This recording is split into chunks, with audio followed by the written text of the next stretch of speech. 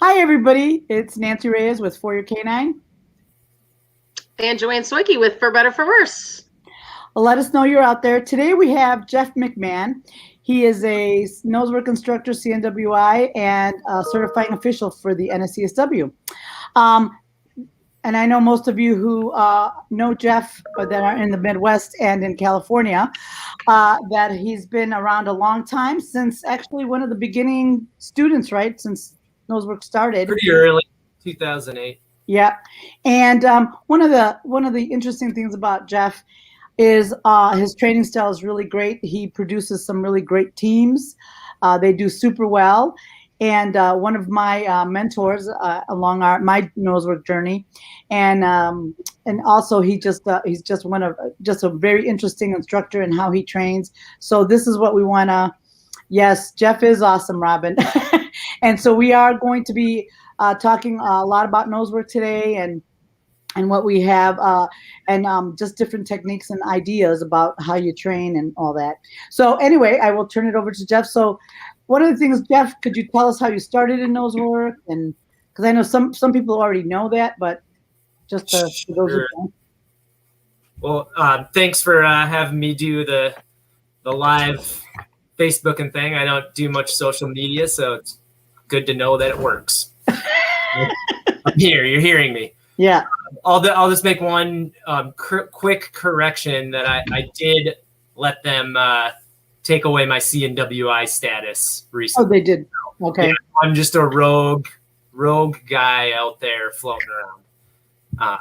I just felt a little more free that way to be able to play around and do whatever I would like. So other than that, everything else you said is true. My name is Jeff McMahon. I didn't have a background in dog training before I got into Nosework. I adopted a dog named Muriel out in California in 2007. Then I met a very good friend of mine, Penny Scott Fox, and she started talking about Nosework this, Nosework that. And for anyone who knows, before you know what it is, when someone says Nosework, especially if you're out in California, you don't think dogs, you think like plastic surgery or something strange. So I had no idea what it was, and she said it would be the greatest thing ever if I did it, but then I would stop doing agility with her, and I promised I wouldn't stop. And she was right. It was great. My dog loved it more than anything else. And those early days, there were definitely students before me, but those early days have some people that I hope and wish everyone hears stories about. Certainly Penny's dog, Harry, from the Harry Award that is no longer given out, still needs to be talked about. And Ramona Det with Anton, the Yellow Lab, and Landis, the German Shepherd. There are a lot of great they're like legends. We should have trading cards for them. So yeah, I was in that early group, and things were probably different than people experience now. There were certainly boxes around, but our dogs munched on food in boxes for about 5 classes and then went to food and odor for about 5 classes. And then they were doing all sorts of crazy stuff pretty quickly after that. And it just became something that I was extremely interested in and wanted to spend all my time thinking about, and just kind of quickly started to help other people train and train in classes with Penny, and sport blew up, and we had hundreds of people doing it in the early days, and it went on from there. And here I am today, still lucky to be messing around with Nosework. So Jeff, let me ask you my God, this question left me. So when you started in, or how did, you were one of the first people in the classes, right? With Amy and Ron, is that how you started? Or you were Penny? Pretty early classes. Yeah, pretty early classes. So Amy Hero was my instructor. Okay. And then probably 9 months or a year after I started classes in 2008, then others beyond Amy, Ron, and Jill started to teach, and Penny was one of those others. And she asked me if I'd help her out in those classes. And then from there, for the rest of my time in LA, we taught together. So So I you moved. weren't. That's what was my. So you weren't by trade a dog trainer. You were. Yeah, I was Student. just Hmm. I was just a little innocent Midwesterner who drove out to California with some big dreams, writing movie scripts. And when I adopted Muriel, then that's what began me getting into dogs. I'd had dogs all my life growing up, but by no means was I thinking like, oh, I could be a dog trainer. And I still would not call myself a dog trainer. I'd very specifically help people succeed at Nosework. You can't help but know more about dogs when all you do is help people with their dogs. Right. But there are plenty of dog trainers I can point people to. I would call myself a coach. So Yes. yeah. And I think it's true. I think that's what we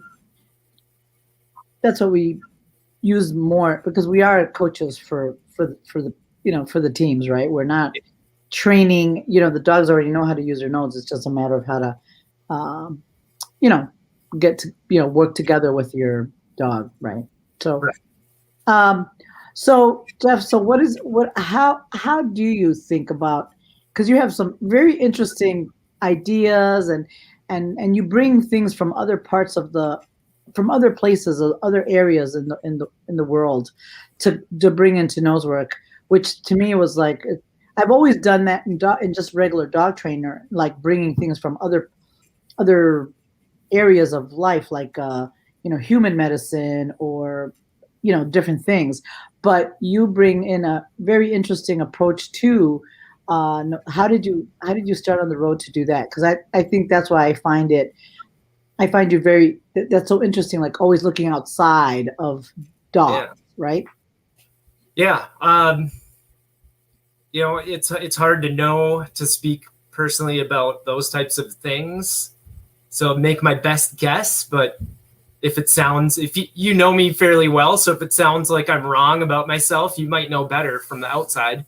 But I think that when you're not an expert, because I wouldn't consider myself an expert by any stretch in the world of dogs, and when you're not an expert, you tend to be very open to information from any source. And you tend to kind of follow little breadcrumb trails a little more readily without worrying about whether they're going to lead to a dead end or something stupid or something, great. And so I maybe am just a little luckier that way sometimes that sometimes I don't know whether I'm going down a trail that others would be like, don't go down that trail. Don't look into that. And it leads me to be thinking about some of this stuff in different ways. And maybe generally throughout my life, I've always had a connection to coaching or training in some way. Mm-hmm. And when you coach and train, just like we know when dogs are cross-trained across different activities, you can sometimes see that they're developing overall some greater skills in one particular activity because of the cross-training they do. And I feel like because I've been when I was younger, I coached Special Olympics gymnastics. And when I was in high school and college, I was always like what they called a field operations trainer. It's a real high buck minimum wage position. But I was always training and coaching other people at the jobs that I had while I was in high school and college. And each of these things were like the paint industry or selling suits or, coaching Special Olympics gymnastics. They're all very different than Nosework, but they all require thinking about how to get someone to understand and adopt for themselves the real important fundamentals of something so that they can begin to kind of teach themselves better. So that might be part of it. Mm-hmm. So what was your biggest, what was one of your biggest takeaways, or what one of the biggest things that inspired you to bring it into Nosework? What's one of those things? I know there's a lot, but like,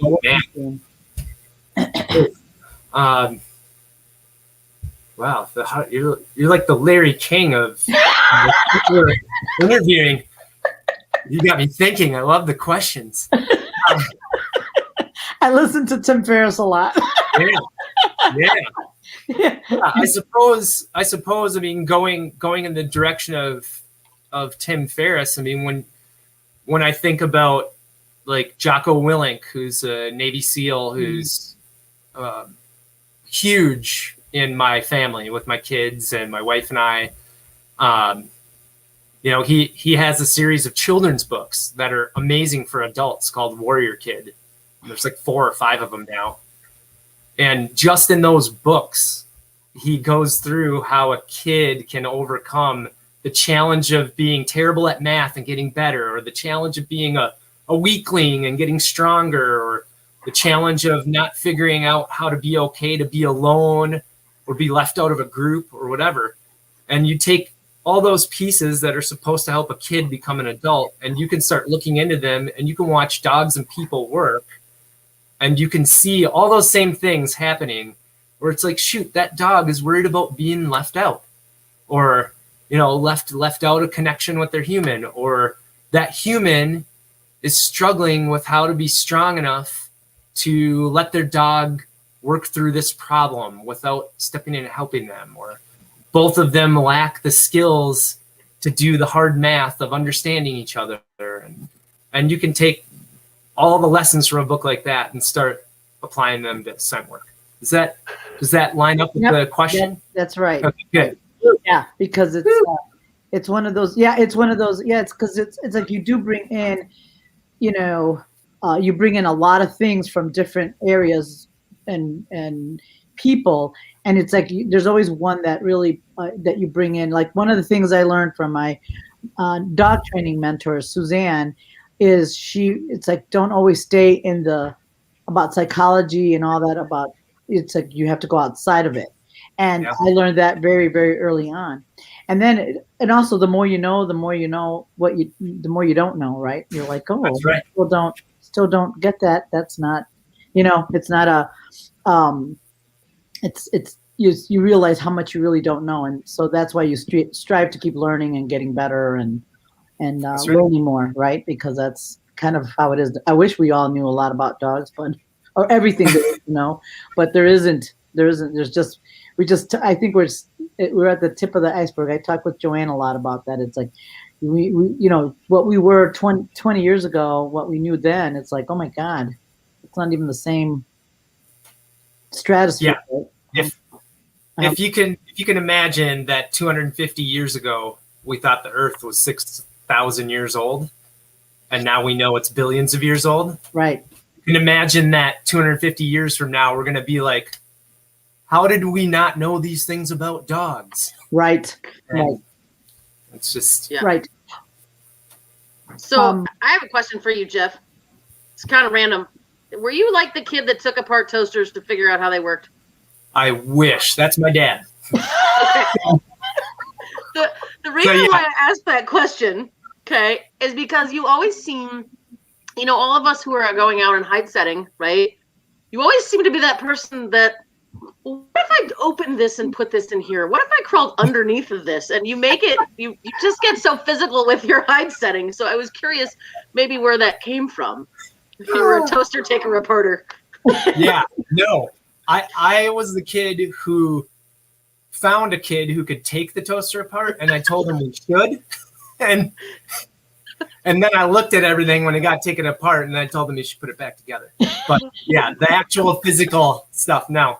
Yeah, I mean, there's probably just that I try really hard not to grow up, so it's kind of tough not to grow up when you're going bald and gray and stuff. You can't wrap yourself off as a kid, but you know, a part of being young is also being very tactile and curious, and you know, just explorative and just really playing around with the environment. And you know what separates us from a little toddler is that a toddler tends to react really honestly and innocently to all that messing around. When something then breaks or goes wrong, they just start rebuilding and messing around in a little different way. We usually go, oh my God, it broke and went wrong. I don't ever want to touch that again. I don't ever want to do that again. I want to go completely opposite direction. And so I tend to feel more like the toddler who's like, if it breaks and goes wrong, it's okay. We'll just rebuild it differently next time and see if it gets better. So there's maybe just the kid side of me. Right. Well, I think it's the curiosity side, right? Yeah.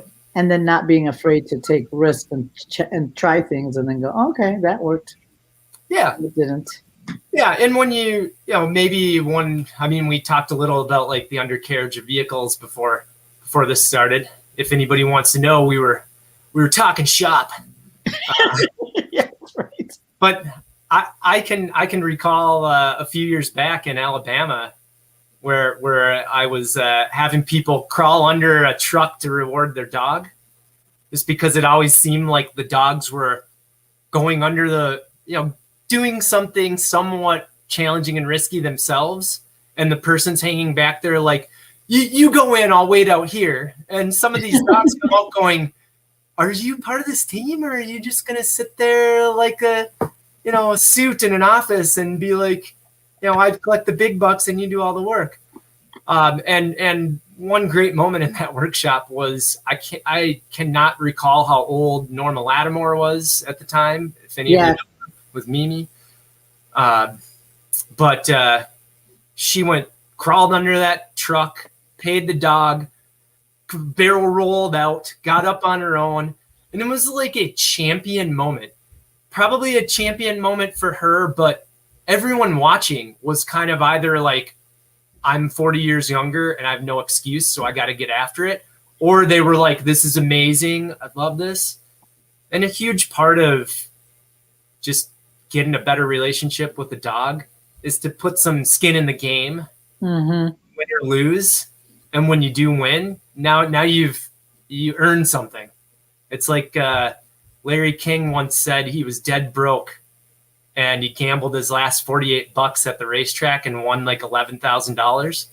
And he was never broke after that. And he said he never, ever had the kind of amazing feeling of good fortune and just success after that, because he never really had enough skin in the game to lose or win after that. And he really almost wished he would have gone broke again. And so sometimes it's good. Sometimes it's good to have something to lose and something to gain and feel good about it. Yeah, that's true. Because I think that's a really good way to look at it, right? Putting some skin in the game. Because sometimes when you're crawling under a vehicle, you might actually leave some skin behind. So that's true. I'm pretty sure you asked us to do that at the Illinois workshops too, and everyone looked at you like you had 6 heads. You did. So. You did look at me crazy. Yeah. And all I could think of was, if Norma Lattimore were here right now, she'd slap these people silly and make them She would, because Norma's she's up there too, so in age, and I know her very well. So Jeff, when you start a dog, how do you? When's the last time you started a dog? Number one, recently. Yeah. So and so, I mean, within the last 9 months or so. Yeah. So what's one of the ways you start dogs that's unique or different or not? Could be you just start them like everybody else. Well, I'll preface it by saying that Joanne must have like found some bio on me or something with the take apart the toaster question, because I think that gets to the heart of even the way I coach too, because I'll be the first to admit I'm not what I would call a great practical application kind of skillful dog trainer on that level. So I feel like my strength really when it comes to starting dogs or certain types of tools or exercises you use. I feel like my strength is helping people who are way better than me at practical application and execution, helping them have some ideas of how they want to alter and change and add and subtract from what they already do. So I preface it that way. So I don't feel it's a strength of mine. There are many people I've seen that are much better than me at actually the practical execution of working these dogs or training them up. But on the idea side, in the last 9 months, which I can say, for many other people is probably true too. When the pandemic started, it gave me, I try to look at things with a silver lining, and it gave me a chance to step back and take a look at all right, here's an opportunity to do things completely different than I've been doing them. Let's go for it. So in the past 9 months, the dogs that I've started, we've started them in various forms of just kind of mealtime feeding with odor, either next to their bowl or under their food. It doesn't seem to matter that much. And then we've maybe taken those dogs and done a little bit of what would generically be called the choice game. And again, this can be done in different ways. I really am allergic to people who need to have things done one specific way, and it can't change. And if it does change, they worry that it's all wrong. So it tends to be these things are fluid and can change.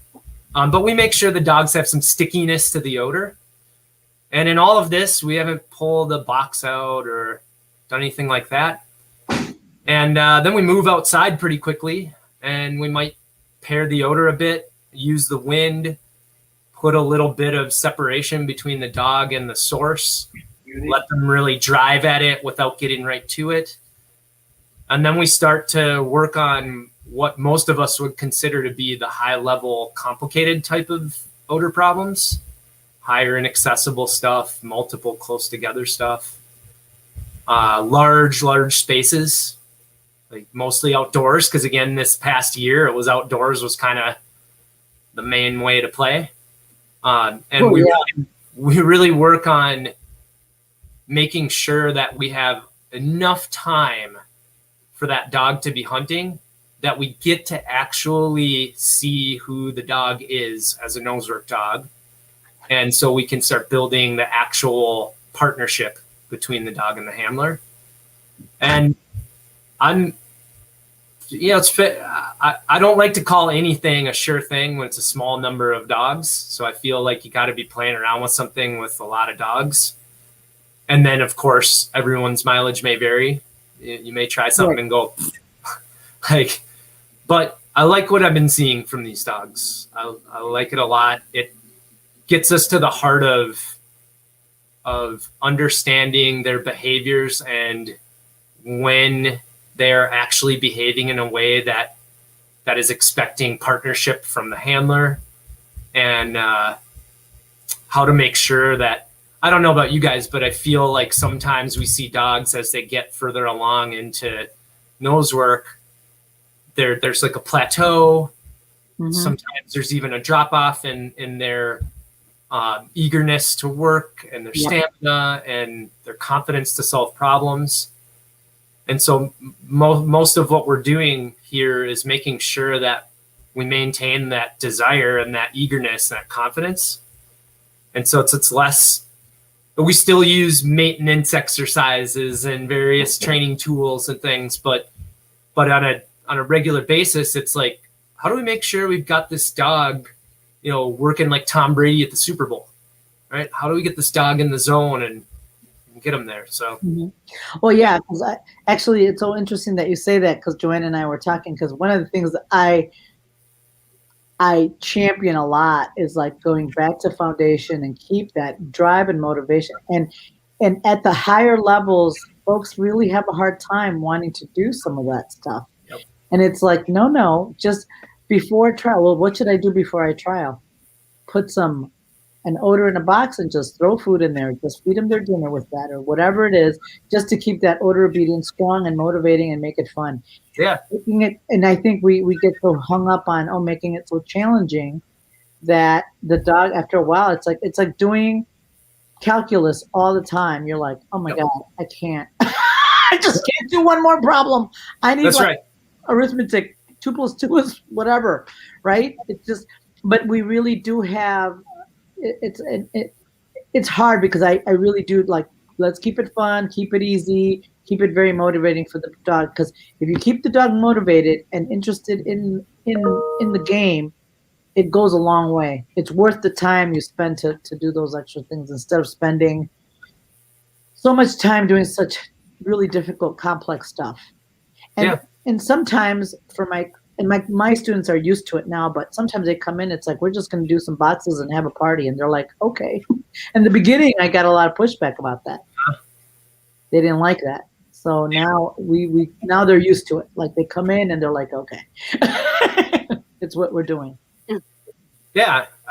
And along with that, I've also felt, and some of this stuff, when I say it, it's probably not like a great business move if we're talking about the model of training as Nosework has gone so far. But the past year has also shown me that for many of these dogs, it's better for us to do a more intermittent training schedule than every week. It's better to do every other week or take a break for a month or whatever it is with many of these dogs. Yep. If you are going to do complex problems. So if you're going to do them, you need to get rest and recovery. Right. And for some of these dogs, it's been really interesting to me to see where we have like a many people around the Midwest might know Steve Johnson and Storm the Aussie from the past years. Steve just jumped back into some training after we took a break for several months. And Storm was one of the most driven, successful workers out of the groups he was working in. And it'd been mostly just taking a break here and there, doing a little nose work, but he took a break. And there was a time where I was climbing up trees to hide hides because he was in summit level. And I was like wading into the middle of like 10-foot deep shrubbery to put things in. And I think we were burning him out. Yeah. Well, and that's why since we do like weekly classes, when I schedule what I'm going to work on, it's very like, we think about it like, okay, now this week we've been doing a couple of weeks of whatever. So this week we're not doing that. We're doing simple, easy, fun. And I love and this brings me to another, you're really big on coming up with games and stuff to kind of change it up a little bit. Games on Nosework games and changing up so it's a lot more fun for the human too, right?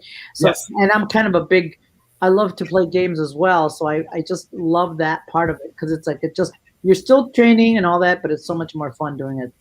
Yeah, you need to anytime. So I've always found that in any group of people, when you start playing games, you're gonna have someone who's like, finally, somehow we worked in like a word puzzle into Nosework, or you're gonna have someone who's like, oh my God, I'm gonna shoot myself. I don't want to do this. And so you never know, but we get all of the above. Yeah, we're gonna play a game. Oh, yeah.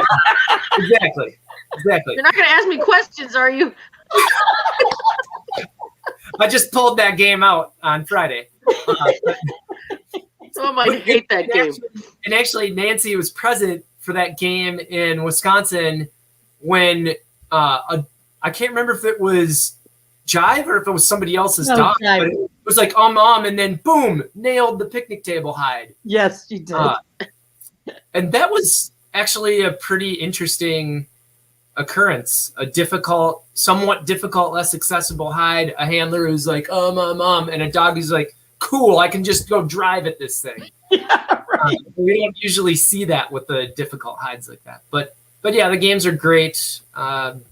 Most of the time, if you can get people breaking out of comfortable habits, engaging different parts of their mind, all of that kind of stuff is usually better. And I feel this way personally, but I did have someone say to me the other day, it's like your classes are like a party. And I was like, okay, good. I'm always having a great time. Yeah. I'm not sure if everyone is, but I am. So there's two of us now. Yeah. At least two people are having it. So Kathy Miller was asking an example of a game. So Kathy, there's a couple of different games. One game that I play, and I know, and Jeff does a version of it, and I think one of them is if you get to you have to think about something. It's to split your attention. It's a game that we used to play with, like if you're tying your shoe or you're doing something else, to split your attention between your dog and you're finding, the dog barking odor, and you're not fully paying attention to your dog, what your dog does in that situation. So it was a really good. And then you have to, I think, Jeff, you had questions about, I don't know, different cereals or. Oh God, yeah. I asked a question about what's the closest star to our planet, and when no one could figure out, they said, "What is the closest star?" And I said, "I don't know. I just have to ask the question." I know. So now I have the questions because yes, my students will totally ask me. What was the answer to that? Go ahead. And to give credit to, I call that kind of question torture game the game, because the human beings are going to give credit, one of my students out in California, who's now a big instructor in his own right, Michael McMahon. I watched him once put letters all over ORT boxes, and when people got to a letter, they had to come up with an animal name before they could pay the dog. And what the version I watched was pretty challenging because it was blind, and some of these people were sitting there coming up with animal names and paying the dogs at blank boxes, and it was challenging for them. But I loved the concept and the idea, and I asked them, could I mess around with this? And so that's kind of where the game kind of thing came from, and which I think is very true most of the time. Like, we watch each other and we kind of come up with variations on each other's ideas, and that's something that I feel like we could do more of as a community. Right. Another game that I play with my students, it's from a TV show. See, you started me on that road, right? A couple of years ago, it's called Movie Game Night with Jane Lynch. So I know that one. Right, I love that game. I love that show. So there's a game, and it came with the boxes. So I set up a search. If they found, two, it's 2 or 3, however many hides. Depending on how many hides they got that many more clues, so they can figure out the riddle and stuff like that. So that's another game we play. And then another game is Price is Right. Right? It's like, this is your search area. This is how many hides. How long do you think it'll take you to find it? And they have to tell you. They can go with to see who comes closer in that. So it's a little competition. So those are different games we play because I think I'm a little like Jeff. I get bored doing the same old. So I always try to change it. So we just do something different every once in a while. Well, and I'll throw one more out there that I started doing a couple summers ago, and did it out in California, and then did it a couple places locally, and I called it 413, where I put out 4 hides and everybody knows where they are. And then you get 13 total steps you can take from the start of the search to trying to use those to get all the hides. Oh, that's a good one. And that was one of the games that brought up so much creativity out of the groups that would do it. People would go, and now I'm going to give it away to everyone who's watching, but people would say, can I crawl? And I'd be like, well, those aren't steps. You're crawling. So if you can crawl. Oh my God. Someone crawled around a playground, and their dog at first was like, why are you down on all fours? What are you doing? And then went off and searched beautifully and seemed to be having the time of his life. And other people would say, like, can I have someone else stand near the hides? And when my dog gets there, pay them. And it's like, yeah, you can. It's great for your dog to be paid by someone else. Their steps don't count, only yours. and so much creativity came out of it. And it's not with any of this stuff, if you want to get to something useful, there's a hell of a lot of waste. So on the way to getting to that diamond, you've got to get rid of a whole bunch of coal all around it, or a whole bunch of rock that just ends up useless. Right. And I tend to feel very comfortable to deal with all that waste to try and get to the diamond. And yeah. So I think you've done a lot of answering this, but I'm just going to ask Dave. Dave Stone has a question. He wants a specific answer, which, how is Jeff's current training or thinking steps outside of or beyond the box of NACSW instruction methodology? It's very yeah. Yeah. Well, I mean, obviously I learned under one of the people who founded the game, and I want to reiterate that I in no way feel I'm an expert at any of this stuff. I more feel like I'm willing to get out there and go, I'm like a Lewis and Clark. Sacagawea was the real genius of that group. Then there were a couple of guys fumbling around who needed help. So I'm willing to go fumble around into the Western Louisiana Purchase, but somebody else out there is Sacagawea who knows what they're doing. So I would say that I owe a huge debt to people like Amy Haro and Ron Gaunt and Jill and everybody who's been involved with scent work. And I don't know that I could say I'm outside of or different in the sense of something new, but I'm just willing to try things. Like they're not likely to recommend what I talked about earlier with I have a student who has retired racing greyhounds, and she just puts the odor tin next to their food when they eat, and the dogs start transitioning from just eating to nosing the odor, eating, nosing the odor, eating, finishing all the food, nosing the odor, nosing the odor. I doubt that's in the NACSW curriculum. So I mean, that's one example. and then there are probably some other things that I'm curious and willing to do at times. Like I very much feel that there are certain times where it is really smart to use certain concepts in shaping and marker training. If you, I'll give a shout out to some researchers in Texas whose names I did not prepare to tell anyone, but you can look it up. Portal, Portl. There's a group in Texas at a university who teaches humans behavioral learning techniques and just behavioral learning science. And they use shaping to do it. They use clickers and little cubes for rewards. They use various kind of dollar store items. And I paid for their little kit instead of making my own. And I paid for their manual, which frightened me because it's like graduate student level. But when you dig into something like that, it tells you that as someone who feels you're trying to teach something to the dog, get them to do something you want, it is very much a game of don't teach too little, don't teach too much. And it is very kind of moving target. And some people get very nervous about that when you start to use markers or shaping or operant conditioning.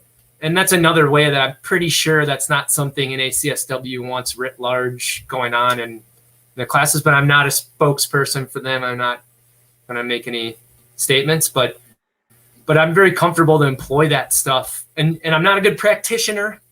I'm very comfortable to walk people through the suggestions of employing it, and people are better than they think. And it blows your mind sometimes when you start looking at how is my learner accepting my teaching here, and how is it informing me changing my teaching as things go forward. And so I suppose those are a couple examples. Yeah. And one of the things, well, and here's the thing, when I say, oh, I follow Jeff and his instruction because I am a very I always look. I'm always looking around for who's doing what, and what results they're getting, and that's kind of how I base. I'm like, okay, that's somebody I want to pay attention to, or this is something I want to do. So one of the things which is interesting because not everybody thinks that way. I would, if I was a student, right? And we are a student, but we're all students. But if we're a student, we're going to look for somebody who has had a lot of success, and you have produced quite a large number of really good teams, um, and that have done very well. Because I know there's a lot of wonderful instructors out there, but they haven't really produced. They're just really good. They do a nice job, but the production isn't there. I guess, does that make sense? So it's kind of like me. I'm like, okay, let's see how the learner's taking that, and because that should then translate into better performance at some point, right? With your student. So is that what you look? I mean, everybody has their challenges, right? Somebody may not be having goals, right? But whatever goals they may have to achieve, you can pretty much get them there.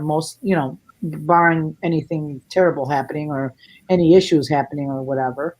But that's really because I look for people like you that have produced a fair number of really great teams out there that have done really well, and their dogs look really good, and the handler look good. Both sides of that team look really good.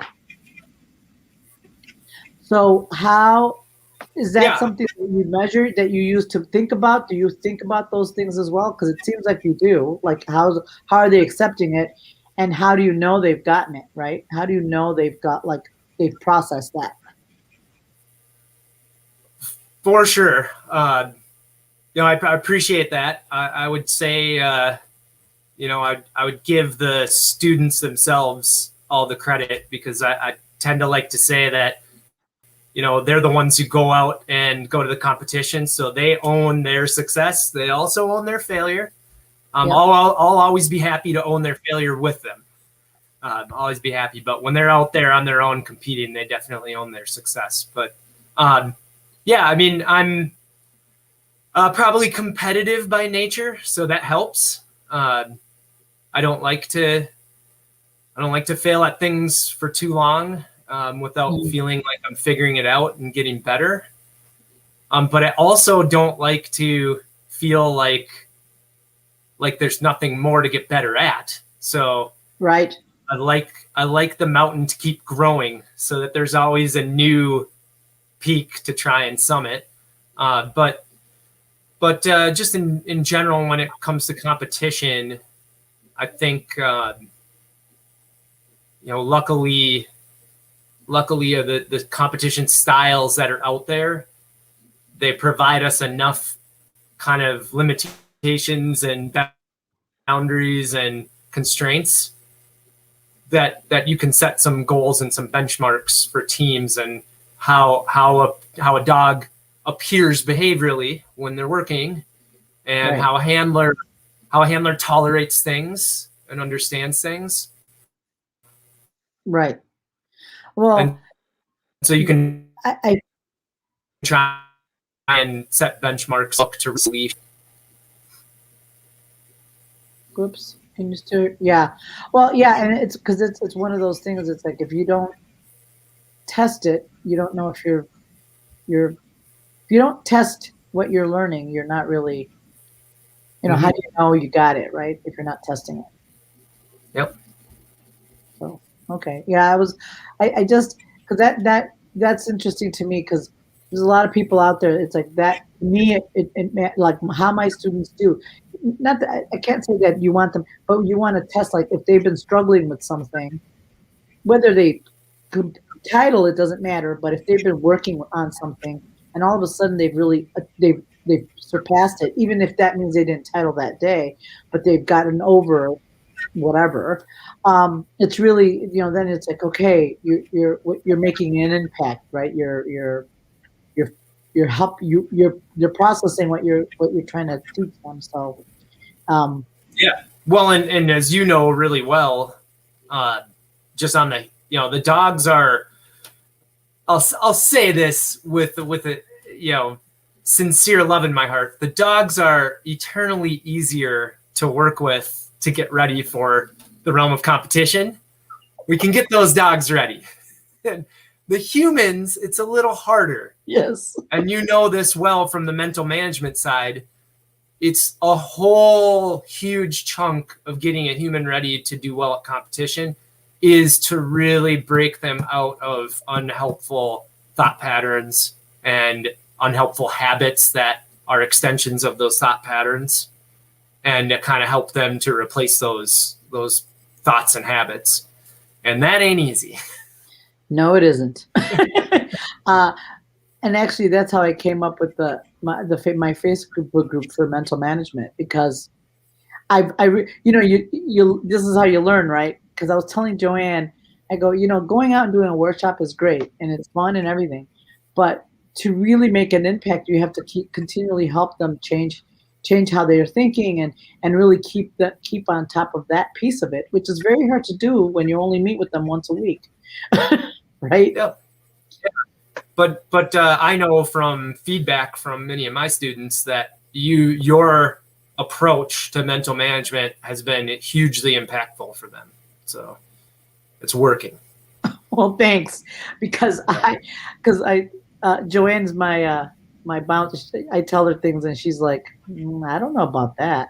Sometimes she's the one that keeps me honest, for sure. It's like, I don't think that's a good idea. And I'm like, well, let me try it. And then it sometimes works or doesn't. But I very much like you. It's like, okay, let's see how this works. Because you become I became a certified instructor, and I'm like, oh, I need a lot more information. I need more. I need more information. So the Facebook group is, so that's why I developed the Facebook group, because then you can be with them, you can share that journey a little bit better and make a little bit better impact for them. Because it's really, otherwise I just didn't see how that was gonna help them enough, right? Enough to be able to help them get past, because that's what the thing is. The mental part is, you have a good team and you have a good dog, good human. They can work together, but they get to trial and that's right. Yeah. And things happen. So, Joanne, any questions? No, I'm trying. My connection is terrible tonight, so I'm catching like second and third words. I'm trying to not look creepy as I'm listening. So, no, I like she's that's awesome. All right. So, anybody else have any burning questions? So, I do feel like Larry King. I did have one question though. I did have one. So, since we're talking about fun stuff and new ideas, do you have anything new, Jeff, on that you'd be willing to share? Just a new concept, a new game, anything? Oh man, I wish I had something brand new. Probably the newest stuff that I'd played around with was that 413 game, which was really fun.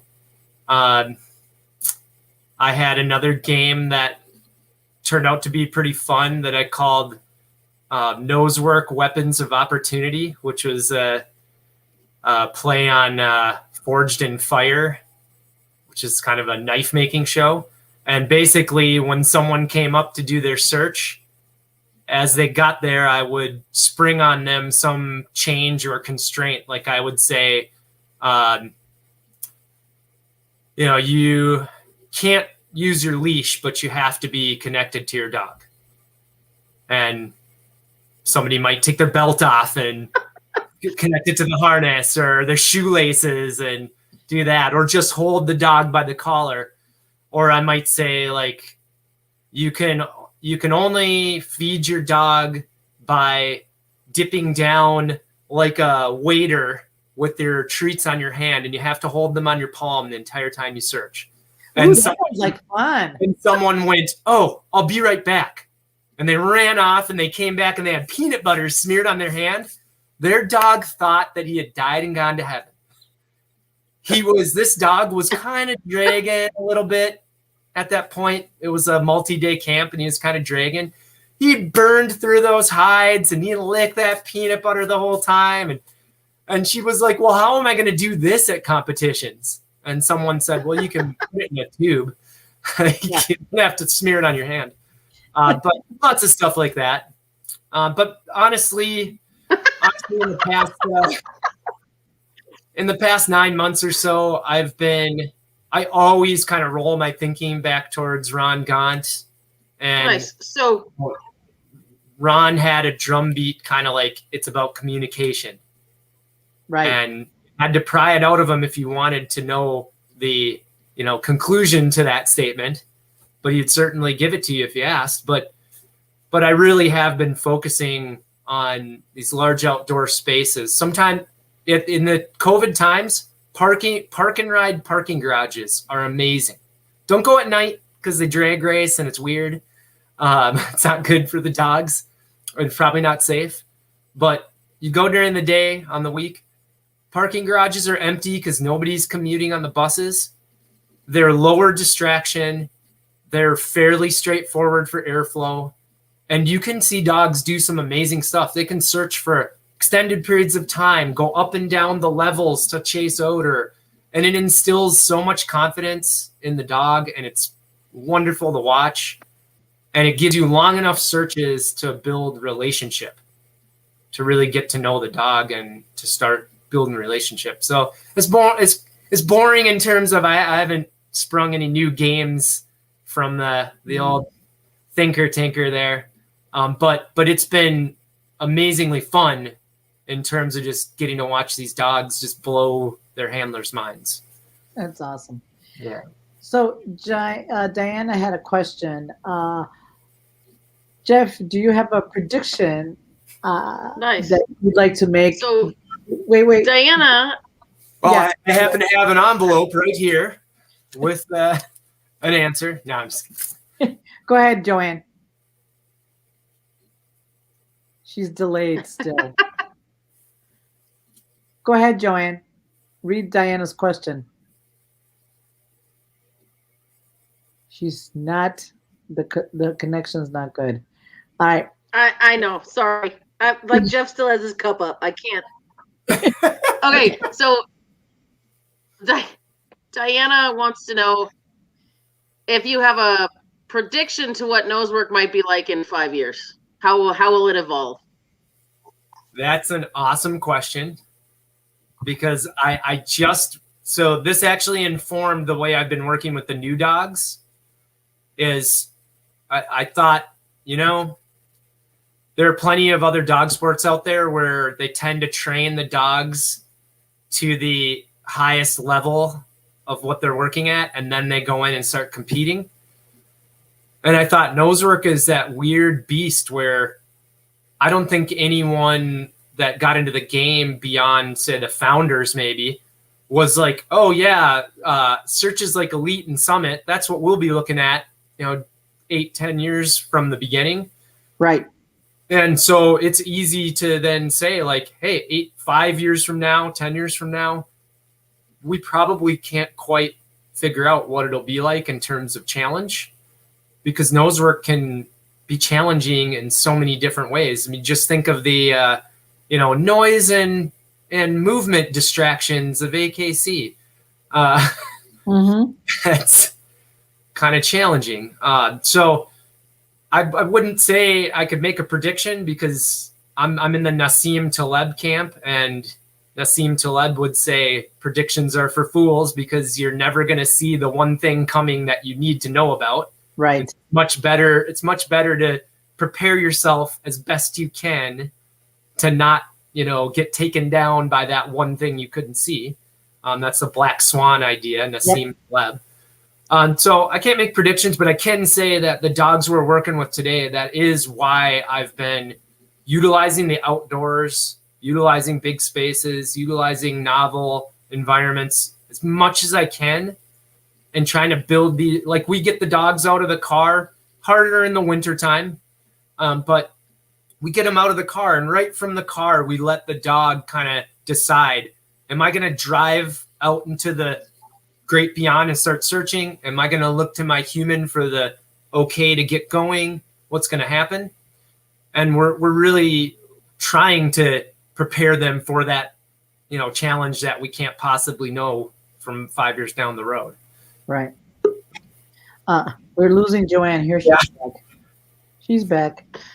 Sorry. You're back. Whoa. It's like the Brady Bunch. She switched squares. She did.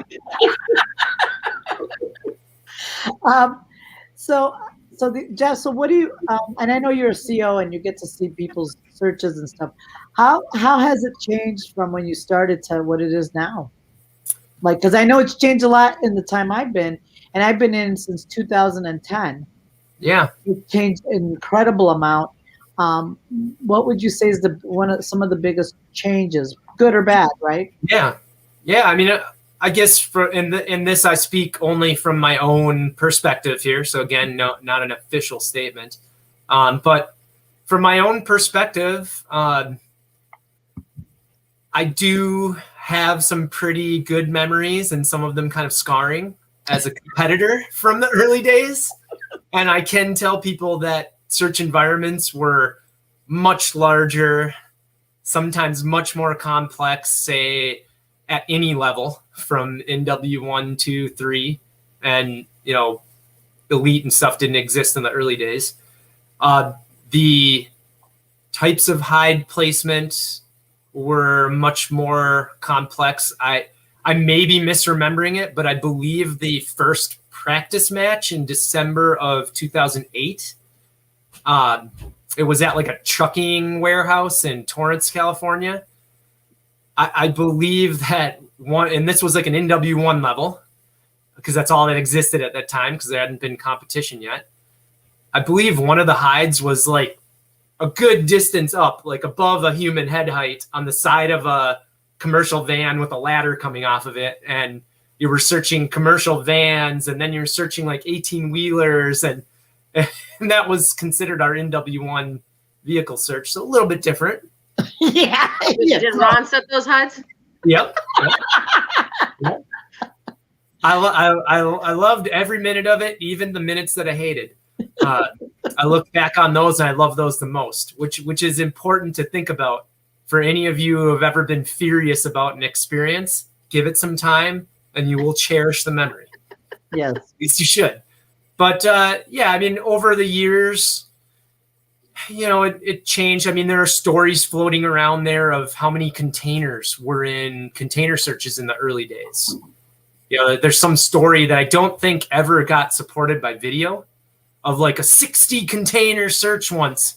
But I know there were upwards of 2.5, 3 dozen containers in some of the searches, which is probably 2 or 3 times what you sometimes see in container searches now. And there were, I remember doing like a massive blank area once in an NW3 that included like a cathedral and a big, huge foyer with a huge fireplace. And of course, my dog knew it was clear just by dipping around a couple spots. And I, didn't feel good about it until we'd searched every nook and cranny. So you got all that stuff. But, the ways that it's evolved, I think they've managed, the NACSW has always been good at responding to feedback and thinking it over and making some changes and trying new things out. And I think they've found a way to accommodate more competitors, make the areas a bit smaller overall, but still keep enough complexity. Because it's not as if we're sitting here looking at, 75% pass rates at the higher levels. So it's still challenging. But it's definitely, it's like anything. Maybe a little bit the Wild West in the early days. Yes. And now it's a little bit more, New York City. Yes. It's still concrete jungle, but civilized a little more. Yeah. And they're selling those videos now. So yeah. Yep. I bought my first NW1 back from, I think it was 2012. And yeah, that was like 28 ORT boxes and just strewn about the room, no pattern for containers. Right. So. And order. my first NW1, we had 2 interior searches, and I bombed them both. My poor dog was beside herself, and I got to watch that video in class the next week, and it was both like totally heartbreaking, but also completely changed everything the way I thought as a competitor and how I wanted to be as a person with my dog. So once again, the painful stuff, it's like fertilizer for flowers. Yeah. Yes. So I have to share a personal Jeff moment. This was my very first NW3, and you were COing. It was at the Joliet Slammer Stadium. And our third interior was in the locker room. And you had put a deep hide that almost everybody missed in like that little shelving unit way back in there. My dog came in and he's like, hey, wait a second. He jams his face in there and he knocked a couple things over, and I called it. And you came to find me afterwards and you were like, I didn't fault you, but I want you to know that, that could be an aggressive alertness. And I just kind of walked away like, well, then you shouldn't put it deep in there, Jeff. Yes. Great attitude. Today, that's how I have changed, because today I would be the one going, nice search. Yeah, right? Exactly. Yeah. I just thought about how we evolve, right? Because now I'm like, well, yeah, if they're going under the car, Jeff's like, yay! That's right. Yes. I think I had a little PTSD because my dog gingerly put a paw on the rubber of a tire once in a vehicle search and got faulted. Oh. And I think from there I had some kind of PTSD like backlash towards anyone else. Well, if my dog was faulted for that must be a fault. But I think I'm over it. Good to hear. So what are some of the things that you're seeing now that you like, that are more because I have a lot of mixed feelings about, as I see teams work. Some of them they're looking, there's some things are not as some people are just in it for the ribbon, which is not a judgment, but I'm just saying, and it shows versus the people who are really looking to connect and have a good relationship with their dog. It looks very different. Yeah. The searches look very different. Yeah. But you're seeing a little more of both these days. Is there anything that you probably that you're seeing more of or less of, or would like to see more of? I try not to have many hopes or dreams in that arena. I kind of expect that it's going to be what it's going to be. And to some degree, we don't want 100% of one thing and 0 of another. Even if one thing is what we love the most, it's good to have a mix. So I do see what you described. I see, the classic handlers that are, instead of allowing their dog to feed them information as they search, they're trying to feed the dog information in searches, and that's always harder to watch because that's probably not how the person is normally. Right. And you just wish they could be how they are normally so that they could experience that works. I think I said to someone, that's another thing in my training that I've changed recently is I've tried to stay away from time pressure for as long as I can for most of these new people. Just stay away from it. And even for some of our longtime higher level people, because I think time pressure, when we start playing around with time, it is the biggest impediment to being able to get to know your dog and to get actually learn your dog's behavior. And unfortunately, if you don't learn it well enough, you can't read it fast enough. You can't read the signals, right, the early portions of the signals, so you won't be fast and successful, except for by accident. So, and the other thing too is the more information you give someone about a search, the further it disconnects them from their dog as the best source of information. So that's another thing I think I see just in general in competition. As soon as you start handing out, here's your boundaries, here's your time, it's this range of hides or whatever, every piece of information you feed them there just pulls them a step further away from using their dog to gain knowledge about the search. And so probably I'd just love to see more people who are able to use their dog to gain knowledge about the search, and then to partner with them as they get that knowledge. And I don't, some local people here might, in Minnesota, might recall this, but I was semi-sad at a recent ORT because a good chunk of the people passed, but a good chunk of them passed at complete odds with their dog. They weren't partnering, they weren't experiencing the relationship that I'm sure they have, and they managed to pass. And I'm not sure I really enjoy that kind of entrance into the sport for people, because as we talked about earlier, once you set habits and patterns, they're hard to break.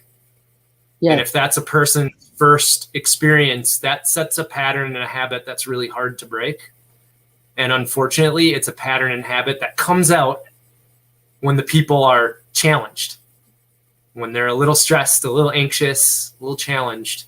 So that's another one, is I'd really hope that people can go to something like an ORT, their first experience, and really commit to getting the information from their dog, no matter what. If it means not finding the hide or whatever, fine. Just go there and really try to be true to getting information from your dog and partnering with them. Yes, which is the whole what the whole goal for. That's why dog sports, I enjoy them very much, because in many cases it does enhance the relationship between the handler and the dog, and in some cases it doesn't. Depending. Yeah. It's just when we get all that human stuff involved. So you definitely try to, and I know I do very much, try to enjoy the dog, and it's enjoy the dog, enjoy what you're doing with the dog, have fun with it, and I know people hear it all the time, but it's when they feel it, which is what my goal is always, feel that, then they're like, oh yeah, that's how it. Oh yeah, and just lock into that, because it is a very different feeling when you're, and it's hard not to want to do well, not that you don't want to do well, but just to, and because it's a time sport, yeah, it's tough. So people, it's trying to get people to be more, to enjoy that piece of it and that part of it. And I could say that for myself with Cha-Cha, I was trying to do everything at once, right? Trying to learn the sport, learn how to teach it, and compete with my own dog. She was a great dog, and she is a great dog, and has put up with a lot. And in spite of me, but I like you said, you enjoy every minute of it. And even the bad ones I'm like, oh, even the tough things that she's burned you, that she is like, I was right, you were wrong. Yeah. Deal with it. Yeah. Aaron makes that real nice comment. Volunteering before competing is good to see the teamwork or not. And you could see it. It's clear as day, especially if it's not you on the leash, right? It's huge. Yeah. Watching people in a classroom setting as a group class, it's definitely valuable and it's fun. But volunteering at I think an ORT is the best bang for your buck for volunteering to observe dogs. Volunteer at everything, because it's all good. Sure. But an ORT is like a very clean, stripped down version of basically everything from the lowest to the highest level, because it's every challenge that you face in scent work is present there at that ORT on some level, and it's clean and available to see, and you get to see it. And it's harder sometimes to watch that play out at an elite trial or a summit, because there's just way too much going on. At that ORT, you can see the basic connection between the dog and the handler, and where everything that goes wrong stems from some miscommunication between the dog and the handler. Yeah, definitely. All right, you guys. Do you guys have any additional questions for Jeff? Or anything you're burning to know? Everybody wants you to write a book, Jeff. That seems to be a theme. I don't want to put myself on the spot because I'm enjoying my family time lately and taking things nice and slow with life in general. But I have been really enjoying working on a large number of blog posts for a Scentwork blog I'd like to put out sometime in the near future. So that'll come at some point. That would be great. Someone was asking for a blog post on games, so just in case you wanted to write another one, just letting you know. Sure. Yeah. All right, you guys. Thank you for tuning in tonight. I hope you enjoyed our little visit. It was really great to have Jeff here with us. It's always great to talk to him. That's always one of the things I enjoy the most. So thank you all. Thank you. Thanks, everybody. Thank you.